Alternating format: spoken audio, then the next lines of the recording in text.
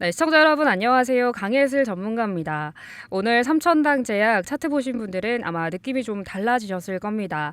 며칠 동안 눌리던 흐름이 이어지다가 오늘은 장중에 무려 9% 가까이 오르면서 박스권 상단을 다시 터치하는 움직임이 나왔죠. 이럴 때 가장 헷갈리는 건 이게 추세 전환의 신호인지 아니면 박스권 안에서의 일시적인 반등인지 이 판단일 것 같습니다. 그래서 오늘은 가격을 단정하기보다는 지금 이 반등이 구조적으로 좀 어떤 의미인지를 한번 정리해 보겠습니다. 오늘의 움직임을 이 차트로만 보면 묘합니다. 이번 주 들어서 4거래일 연속으로 음봉이었는데 그 흐름을 오늘 하루 만에 되돌리는 반등이 나왔습니다.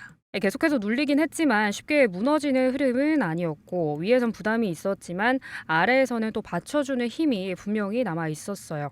이러한 움직임은 보통 하락의 시작이라기보다는 이 다음 방향을 고르는 구간에서 자주 나타납니다. 본격적인 내용에 들어가기 전에 구독과 좋아요 한 번씩 눌러주시면 감사하겠습니다. 이제 이 흐름의 출발점부터 보죠. 여전히 이야기의 중심은 아일리아 바이오시밀러 시장입니다. 이번 달부터 국내 아일리아 시장은 삼성 바이오에피스, 셀트리온, 삼천당 제약 이 3파전 구조로 완전히 재편이 됐는데요. 시장 규모는 연간 약 1,000억 원 규모로 국내 안과 치료제 중에서도 실제 매출이 가장 안정적인 시장입니다. 이 비젠프리에 대한 시장의 인식도 하루 이틀 지나면서 점점 정리되고 있습니다. 이 후발주자긴 하지만 19만 8천 원이라는 가장 낮은 가격에 급여가 등재됐고 또 기존의 약가 대비해서는 40% 수준입니다. 여기에다가 주사제와 프리필드 시린지 이 두 가지 제형을 동시에 확보했다는 점도 이제는 단순 비교가 아닌 실제 처방이 확산될 가능성으로 받아들여지고 있습니다. 이 가격과 편의성을 동시에 갖춘 구조라는 평가가 자리 잡기 시작했어요. 이 지점에서 시장의 시선이 바뀌는 이유는 단순합니다. 바이오 기업을 볼 때 가장 큰 질문은 항상 같습니다. 그래서 언제 돈을 버느냐라는 건데요.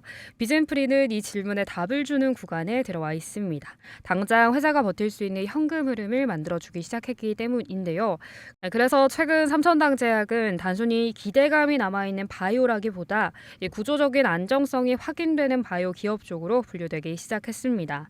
이런 변화는 하루아침에 주가에 나타나지는 않아요. 하지만 오늘 같은 조정 이후의 반등에서 주가가 쉽게 무너지지 않고 버티는 힘으로 나타나는 경우가 많습니다. 이러한 흐름에서 가장 중요한 건 대응의 속도입니다.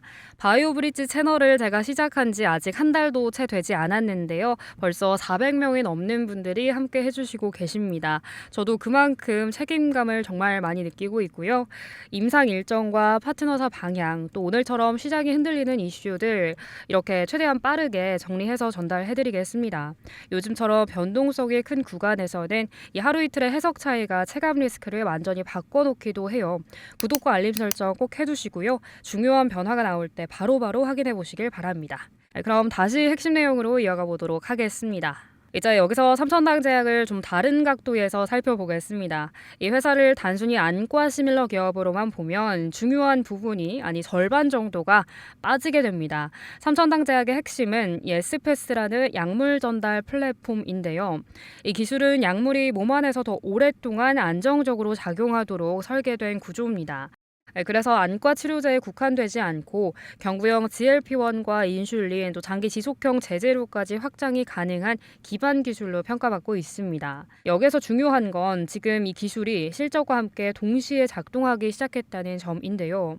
비젠프리는 안정적인 현금 흐름을 만들어주고 이 현금 흐름이 에스패스 기반의 차세대 파이프라인을 밀어주는 역할을 합니다. 지금의 삼천당 제약은 기술은 있는데 돈이 없다도 아니고 돈은 있는데 다음이 없다도 아닙니다. 두 축이 동시에 돌아가기 시작한 단계에 들어온 거죠. 안과 포트폴리오 확장도 같은 맥락입니다. 타로스트 점안액 3상과 타플로탄 S 특허 이슈 정리 그리고 기존의 브랜드 확장까지 이어지면서 이 안과 영역 자체가 하나의 생태계로 커지고 있습니다. 이 단계로 넘어가면 기업의 평가는 단기 실적보다 지속성과 확장성 중심으로 이동을 하게 됩니다. 글로벌 제약사들이 보는 방향도 점점 명확해지고 있는데요. 경구 GLP-1과 인슐린, 또 장기 지속형 제재, 이렇게 삼천당 제약의 플랫폼은 이제 보조 기술이 아니라 대체 가능한 옵션으로 인식되기 시작했습니다. 이러한 기술은 시장이 생각하는 것보다 더 큰 규모의 계약으로 이어질 가능성도 있고요. 이 부분은 아직 주가에 전부 반영되지는 않았습니다. 네, 정리해 보겠습니다. 삼천당제약은 지금 안정적인 실적 축과 플랫폼 경쟁력, 글로벌 확장 가능성이 한 지점에서 만나고 있는 구간에 와 있습니다. 그래서 지금은 하루 이틀의 등락으로 방향을 결정하기보다는 이 기업의 가치가 다시 정의되는 초입 구간이라고 보는 게 훨씬 자연스럽습니다. 차트가 잠시 숨을 고를 수는 있어도 구조 자체가 쉽게 꺾이기 어려운 이유가 여기에 있습니다. 네, 오늘의 정리가 도움되셨다면 구독과 좋아요 눌러주시고요. 영상 시청 소감은 어떠셨는지 댓글에 이모티콘 하나 남겨주세요. 네, 그럼 삼천당제약의 다음 변화도 계속 저와 함께 체크해 보시죠. 지금까지 강예슬 전문가였습니다. 고맙습니다.